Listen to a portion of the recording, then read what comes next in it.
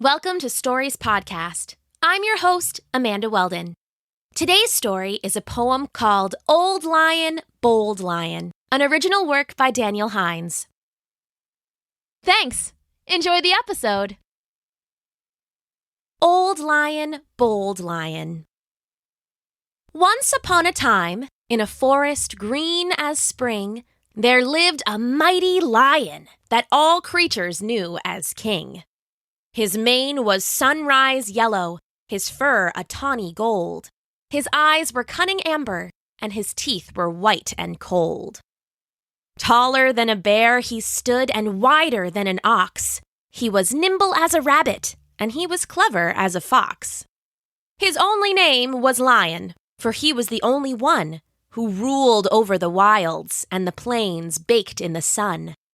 Like royalty, he'd saunter through his kingdom every day, on his face a sneering smile, on his tail a pompous sway. Daily he'd go hunting, and eat whatever was his wish.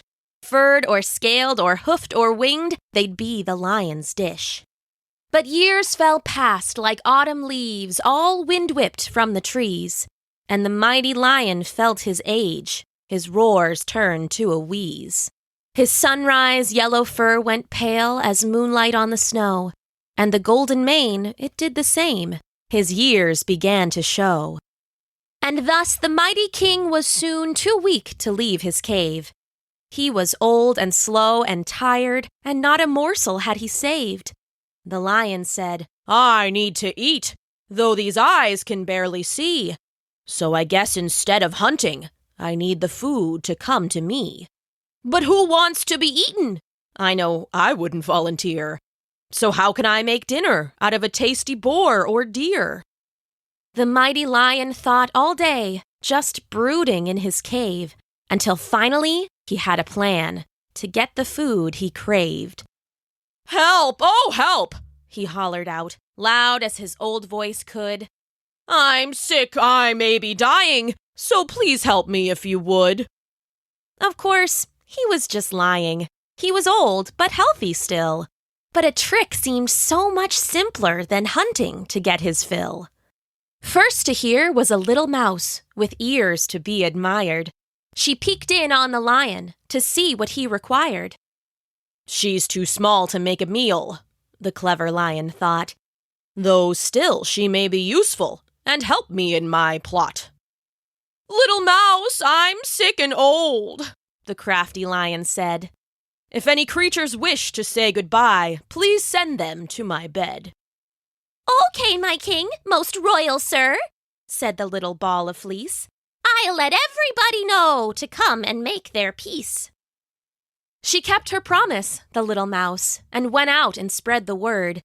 She squeaked in every fuzzy ear and meeped at every herd.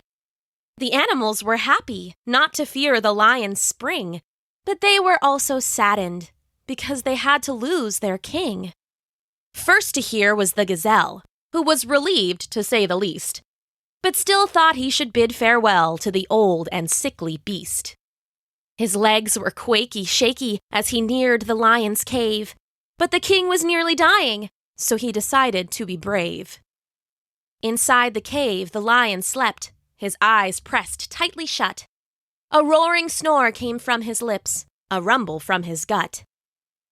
"King, I'm glad," said the gazelle, "that you'll hunt me no longer. Still, it's sad to see you sick. I wish that you were stronger." The king opened one amber eye. It gleamed out like an ember. "Who is that? What did you say? These old eyes don't remember." "King, it's me. I'm a gazelle," the nervous creature said.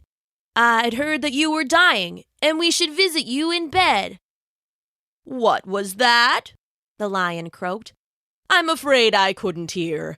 Please, my friend, come closer and say it in my ear."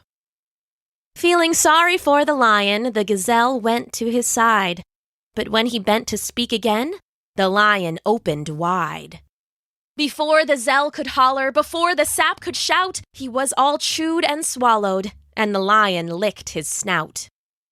The mighty king then chuckled, pretty pleased by his success, and then he lay himself back down to see what meal was next. He wasn't waiting but a moment before a boar came through, and when she went into the cave, she felt the lions chew. Next came a fat rabbit, and he too was made a meal. Then a stripy zebra, which the lion ate with zeal. A deer, a croc, a hippo, a bird full of concern, the lion went on faking, and then ate them all in turn.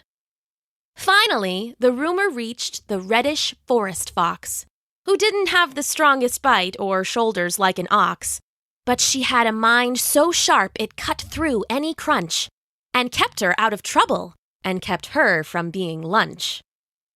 So when she heard the lion's news, she was worried like the rest, but she kept her sly eyes open, ready for the worst or best. She carefully came to the lion's cave and surveyed the solemn scene. The lion seemed to slumber, so old, sick, and serene.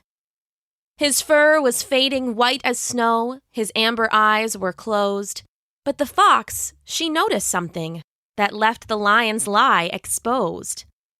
She shook her head and smiled, for she so enjoyed a trick. Then she called out to the lion, still pretending he was sick. "Wise old king, you won't fool me, though you can roar and shout. The tracks all lead into your cave, but not a paw comes out. Your trick may work on those who walk without a thought within their head, but I'll gladly learn from their mistakes and keep my life instead." The lion cursed and grumbled because he knew his plan was beat by the clever reddish forest fox who'd seen through his deceit. So let this be a lesson. If you want to be a winner, learn from those who've gone before, or you'll end up as dinner. The end.